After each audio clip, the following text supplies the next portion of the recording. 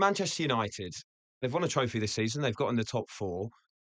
They're in the FA Cup final as well. Have they had a good season, regardless of what happens in this game? Yes, I think they have, because they've qualified for the Champions League. I think if they hadn't qualified for the Champions League, I think it could still have been a good season, but they would have needed the FA Cup as well. I think 2 domestic trophies is an amazing haul, regardless of where you finish in the league. Finish 10th and win 2 domestic trophies, you've made history. So I would take that all day long. I think just the League Cup, losing to Manchester City, losing to the noisy neighbours in a final, I think that's going to feel slightly underwhelming. But with Champions League, I think it's a sweetener. Do you genuinely think that Manchester United fans are more interested in actually winning that trophy or stopping Manchester City winning the treble? Treble. It has to be the treble, doesn't it? Treble, because I think that they would accept. Say you offered a Manchester United fan, it'd be a great experiment actually. Say you offered a Manchester United fan, they're going to beat you in the cup. Inter Milan will beat them in the European Cup final. Do you take that, or you can have the jeopardy of them winning a That's a good treble? one. Yeah. I think they would say, do you know what? We will sacrifice the FA Cup. We will sacrifice the FA Cup because Manchester City winning a double, it doesn't really matter. They've already won a domestic treble, haven't they? Hmm. So it doesn't matter. It's not historic. It's not earth shattering. It's not life changing. Whereas them winning a treble is. It really is. It really does change the facade of Man City. The way that I define Man City is different because of their lack of pedigree in Europe. They win a treble, they suddenly become an elite force. Like, do you know in the world the clubs that have done a treble? There's not many. They're really, it's not many. You know, you're looking at Bayern Munich. I think PSV have done it. I think obviously Manchester United have done it. Liverpool have done it. It's immortality, though, isn't it? In fact, I think Manchester United stopped Liverpool doing it in a very similar circumstance to this. Yeah. In '77, Liverpool won the league. They won the European Cup. Manchester United beat them in the final. So there is, they've preserved their treble before. You know, obviously it didn't exist there, but they've stopped a rival getting it in the past. So yeah, I think they will be desperate for that not to happen because everything that's gone before, it's a spirit of Sir Alex Ferguson and Dwight Yorke and Andy Cole and Teddy Sheringham and Ole Gunnar Solskjaer. This crop of players, it's their responsibility to safeguard what has been achieved before. It puts huge amounts of pressure on them. How do you see the actual game going? I think they Because get battered. I think they get absolutely battered. they just look so open, don't they? Even that game against Chelsea, Yeah. that could have been a very mate, different score. Chelsea could have scored. If we could score, we can't score any goals. Like Chelsea have scored 38 goals all season. Like we're averaging a goal a game.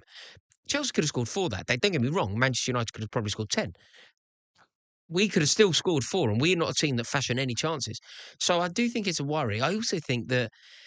Do you remember the game that would have left a very bitter taste in Man City fans' mouths? Do you remember when Rashford scored and it was obviously offside? Like, it was ridiculous. Like, it was one of the worst decisions. It was 2-1 earlier in the season, and Rashford scored a goal, very good finish, but it was probably the most blatant offside goal that should have never been allowed to stand that we've seen this season. It was where VAR just got it so wrong. Yeah. And I don't have a dog in the fight. I don't care, right?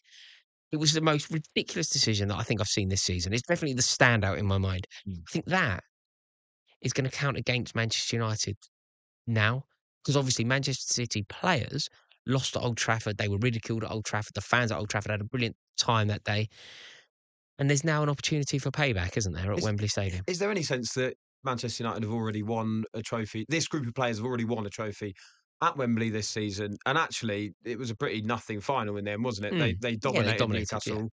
Yeah. They were much better than them. Does that count for anything, or Manchester City just too good here? I don't think it counts for anything against Man City because Manchester City know exactly how to win at Wembley. It's not their first rodeo either, but it would have certainly mattered if they'd lost it.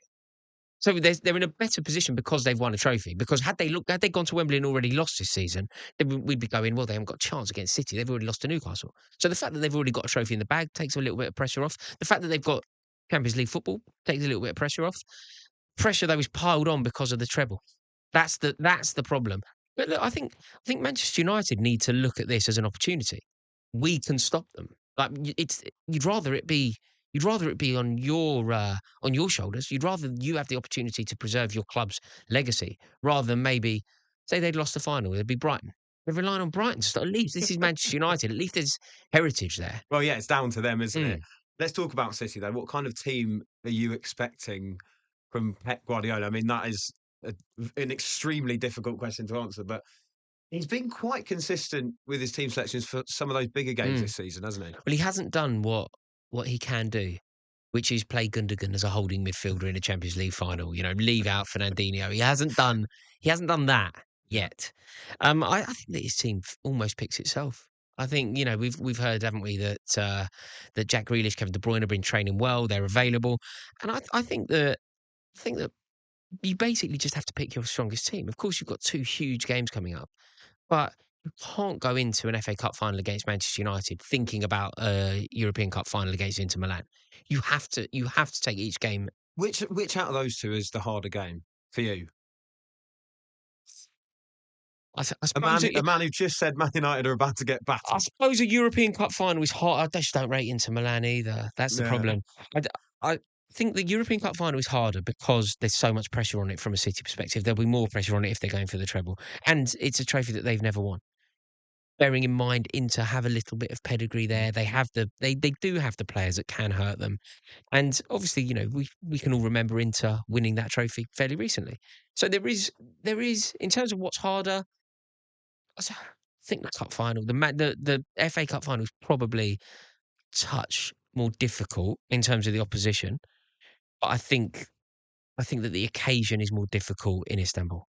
There's a final that will be live on talkSPORT. Remember, kickoff from 3 p.m. Just quickly, Rory, we've spent the last hour talking about predictions. Will Manchester City win the treble? Yes.